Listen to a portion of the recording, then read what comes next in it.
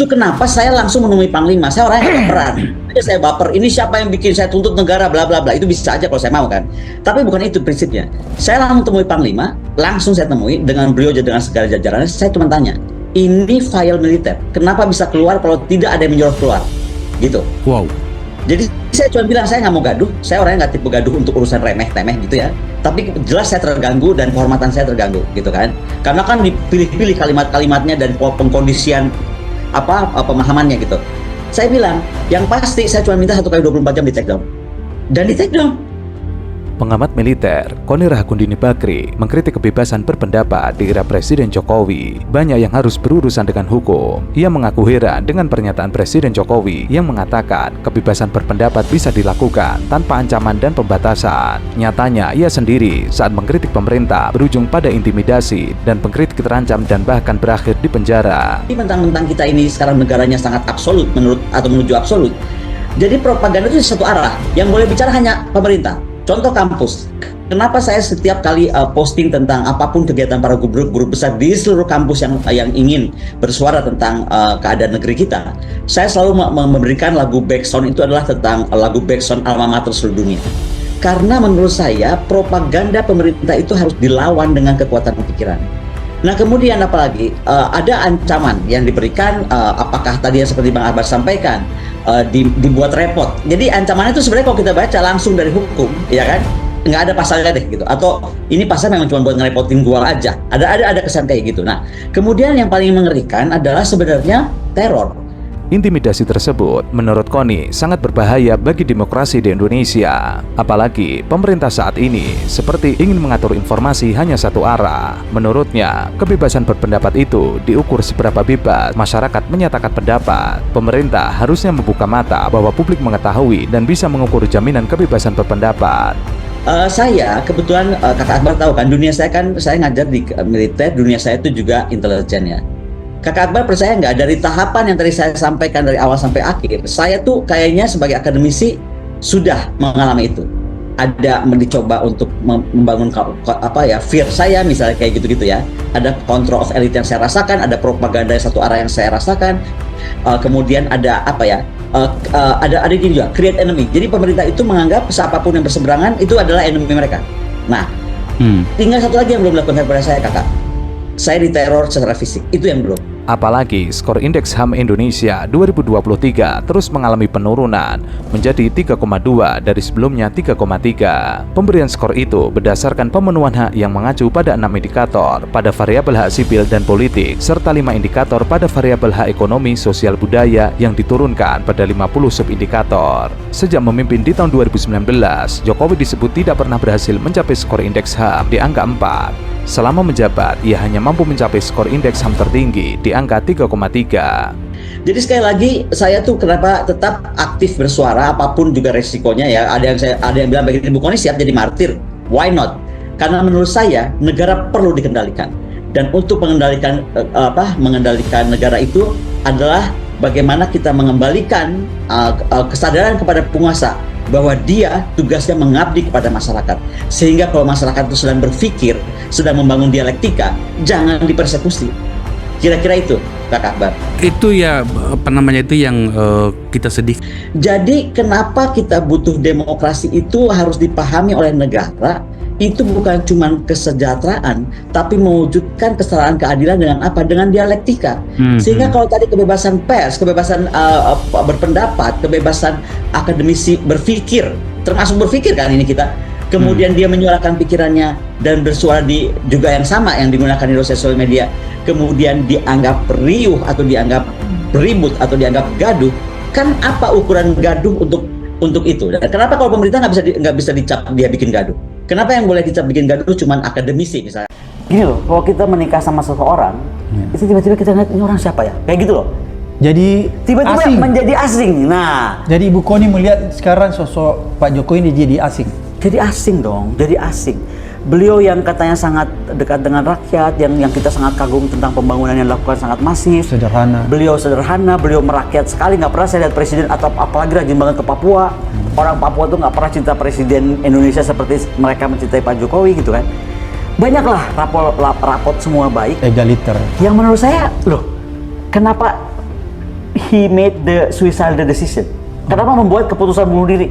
Pengamat militer, Koni Rahakundini Bakri, sejak awal sudah menduga akan terjadi kecurangan yang masif yang dilakukan oleh Jokowi. Hal itu diungkapkannya dalam podcast Abraham Samad. Awalnya, ia mengatakan bahwa Jokowi yang sekarang beda dengan Jokowi yang dulu.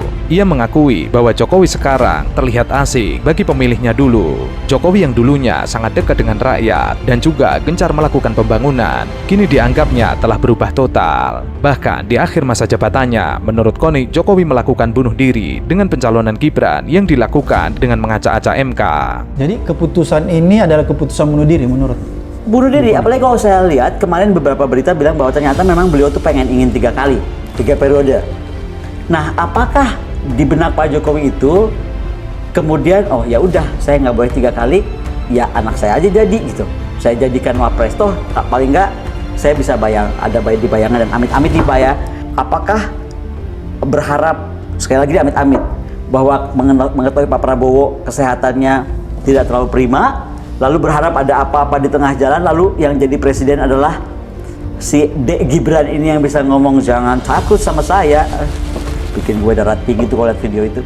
Bahkan Koni sempat tidak menyangka bahwa Jokowi ingin 3 periode. Hal itulah yang membuat dirinya sangat geram karena keinginannya untuk menjabat 3 periode terhalang oleh konstitusi. Lalu ia mencalonkan anaknya untuk menjadi calon wakil presiden Prabowo. Koni lalu menyinggung soal kesehatan Prabowo. Ia mengatakan bahwa kesehatan Prabowo tinggal menghitung tahun, lalu Gibran yang akan meneruskan menjadi presiden.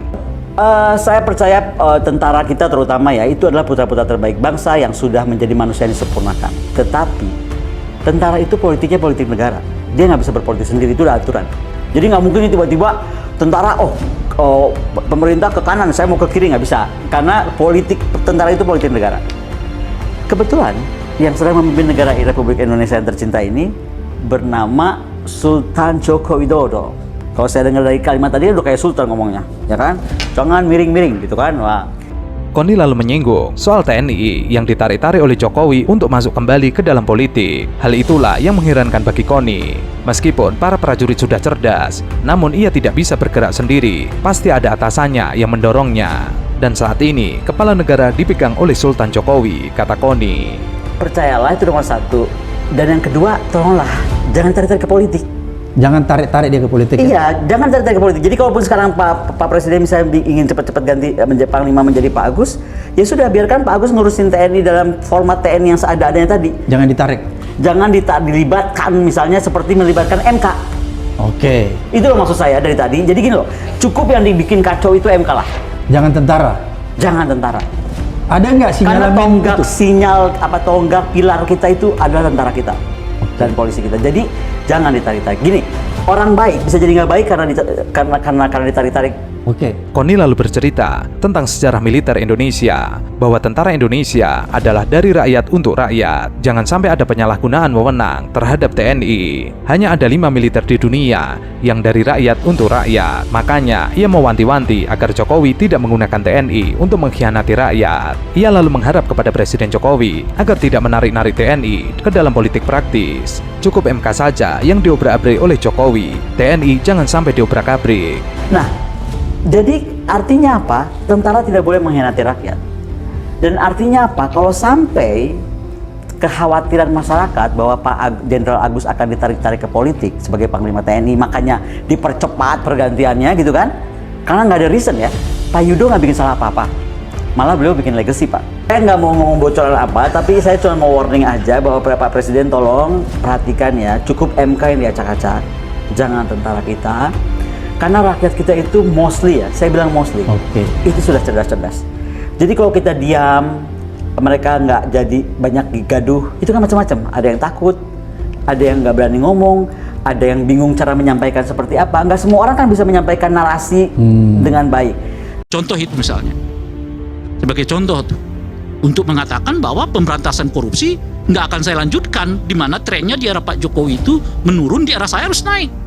Kebebasan berpendapat harus naik. Nggak ada lagi cerita preman-preman datang membubarkan diskusi gitu, dan seterusnya itu. Membubarkan Prof. Refli. Iya, itu melukai kita gitu. Nah, kalau tadi misalnya jelaskan Pak Prabowo tampil apa adanya, ya oke lah, bagus lah. Karena selama 10 tahun ini kita terpesona dengan orang yang bajunya harganya 200.000, sepatu 150.000 katanya ya, celana 300.000, total di badannya cuma 500-600.000. Sederhana banget penampilan, hasrat berkuasanya gede banget.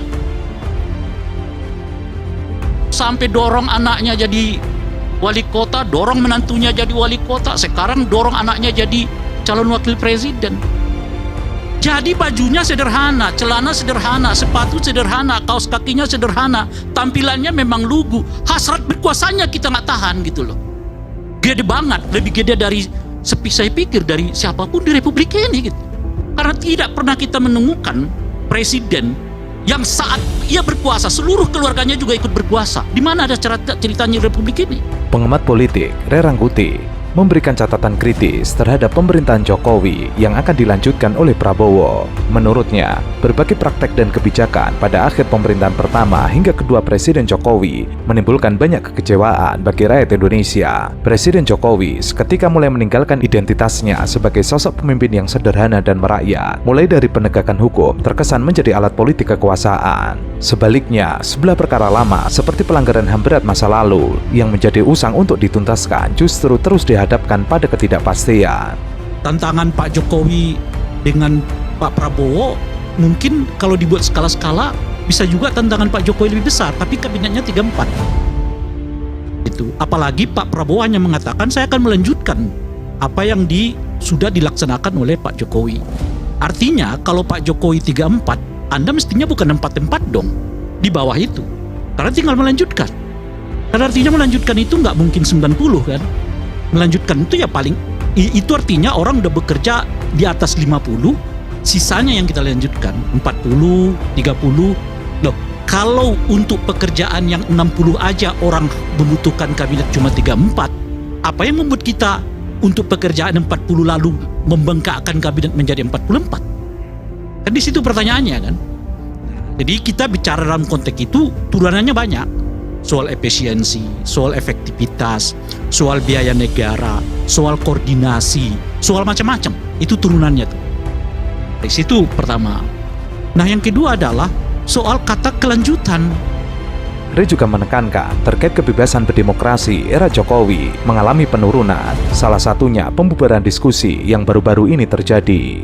Skor demokrasi turun dari 6.95 poin di 2014 menjadi 6.53 poin di 2023. Kemudian ranking juga mengalami penurunan dari 49 di 2014 menjadi ranking 56 di 2023. Pak Prabowo belum memperlihatkan sebetulnya kepada kita yang dilanjutkan dari Pak Jokowi ini apa. Apakah Pak Prabowo mau melanjutkan indeks kebebasan berpendapat kita yang turun? Apakah Pak Prabowo mau melanjutkan perhatian terhadap hak asasi manusia yang turun?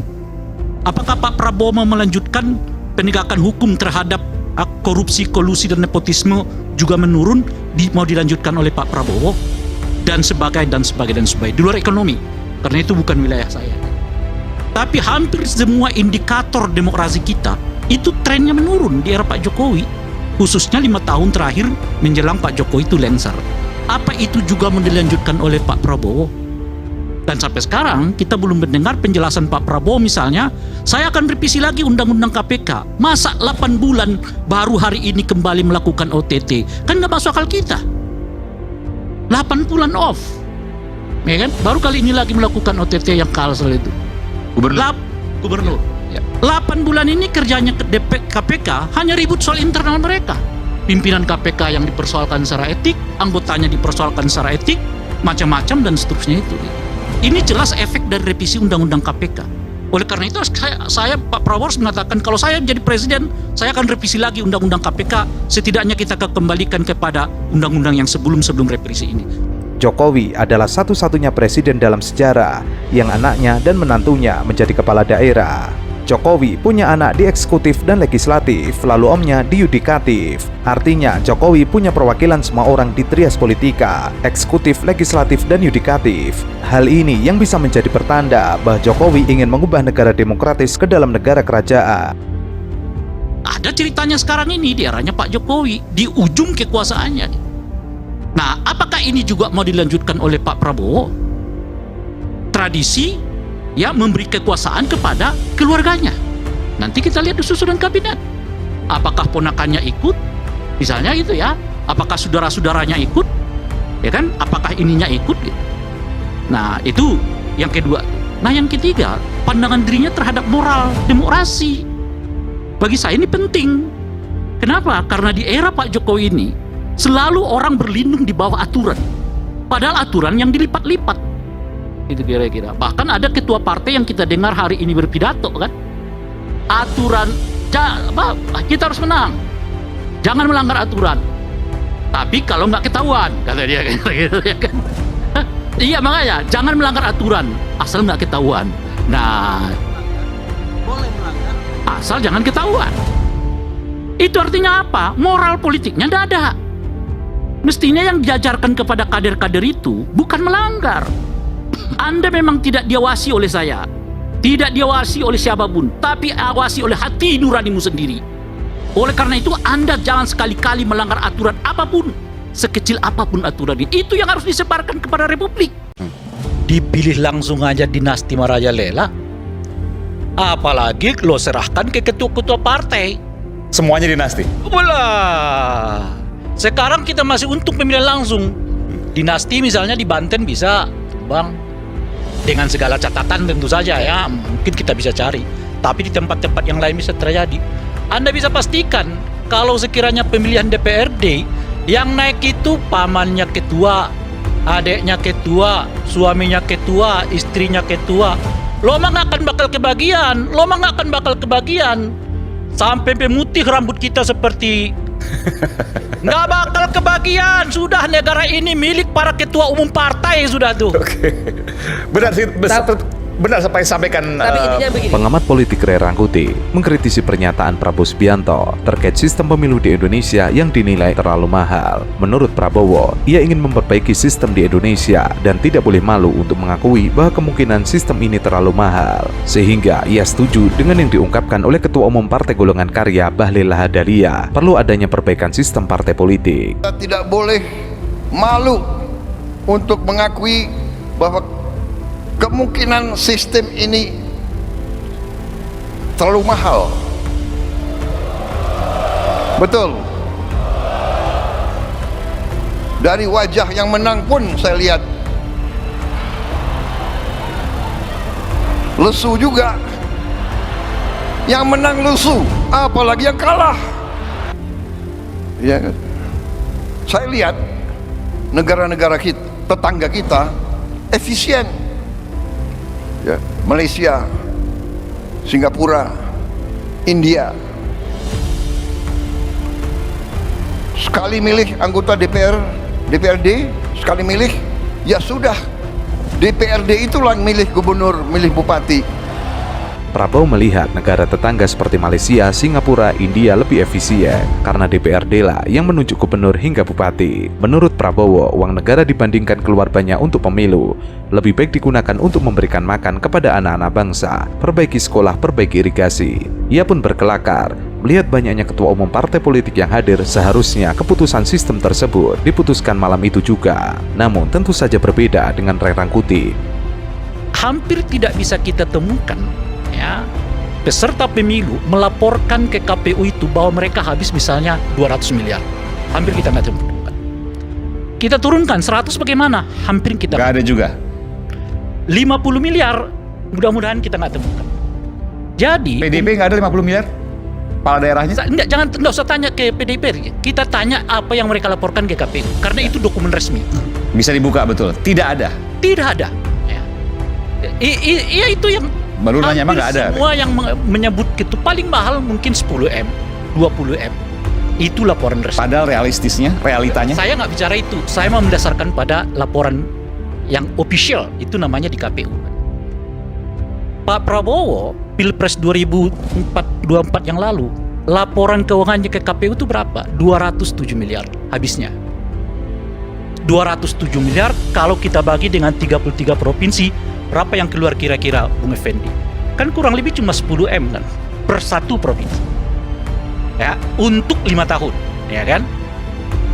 Bung Ganjar jauh lebih realistis menurut saya karena mereka mengeluarkan uang sekitar 500 miliar alias 1,5 triliun dalam laporan dana kampanye mereka. Itu kira-kira tuh.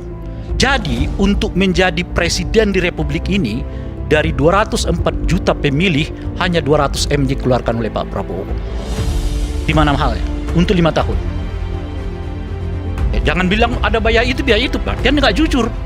Kenapa nggak dilaporkan ke KPU? Ia mengatakan bahwa negara terlalu pelit terhadap rakyatnya. Jika dihitung berdasarkan laporan dana pemilu yang ada di KPU, total keuangan di seluruh provinsi di Indonesia terhitung 40 triliun rupiah. Jika dibagi dengan total penduduk di Indonesia, maka muncul angka 300 ribu rupiah. Jika dibagi lagi ke dalam 12 bulan, maka muncul angka 5.000 rupiah per orang. Artinya untuk penyelenggaraan pemilu, satu orang penduduk Indonesia dianggarkan 5.000 rupiah per orang. Kalau lihat 200 M-nya besar. Dibagi 38 provinsi. Bagi 38 provinsi bagi 5 tahun. Lo bagi lagi 12 bulan. Gak ada biayanya itu menurut saya untuk makan siang gratis 10.000 sehari loh. Coba kawan-kawan mahasiswa keluarkan handphonenya, kita kalkulasi. 48 triliun dibagi 204 juta pemilih. Coba kalkulasi. Berapa kira-kira per pemilih itu dapat? 40, saya udah naikkan ya. Karena laporan itu 38. Kita naikkan aja menjadi 40 triliun. Coba kawan-kawan mahasiswa. Berapa jumlahnya? Dibagi 204 juta pemilih. Berapa itu? Sekitar 300 ribu sekian. Per pemilih, Bung. 300 ribu rupiah. 300 ribu rupiah per pemilih. Oke? Berapa? 200 berapa? Hah? 196 ketemunya. Kalkulator saya salah berarti. 296. Oh, 296. Baiklah, kalau kita pulkan aja ke 300 angka ribu lah. 300 ribu kan? Iya. 300 ribu dibagi 5. Karena 5 tahun itu. Berapa kira-kira? 60 ribu. 60 ribu, Bung, per tahun lo kasih ke rakyat. Lo bilang itu mahal. Itu dalam konteks berapa tadi totalnya? Kan 30, saya udah naikkan 40 triliun. 40 triliun. Dibagi 204 juta pemilih. Iya. Dapatnya 300 ribu per pemilih kan? Dibagi 5 tahun. Karena pilkada itu 5 tahun jaraknya kan? Per anggaran. Jadi berapa per orang per tahun diberikan negara supaya mereka dapat menggunakan hak pilihnya ke TVS itu? Berapa tadi? 60 ribu. 60 ribu bagi 12. Per bulan berapa dikasih negara ke 5 ribu. Hah? 5 ribu. 5 ribu. You tahu menggunakan hak pilih ke TPS itu hak makan ruhani bangsa ini.